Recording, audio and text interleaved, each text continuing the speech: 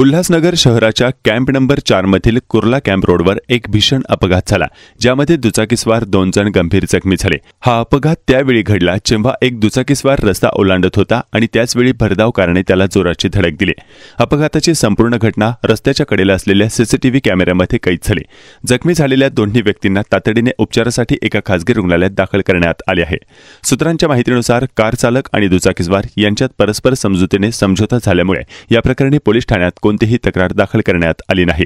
मात्र स्थानिक नागरिकांच्या म्हणण्यानुसार या मार्गावर वारंवार अशा प्रकारचे अपघात होत असतात, त्यामुळे वाहतूक नियमांचे पालन आणि सुरक्षेबाबत प्रश्न निर्माण होत आहेत।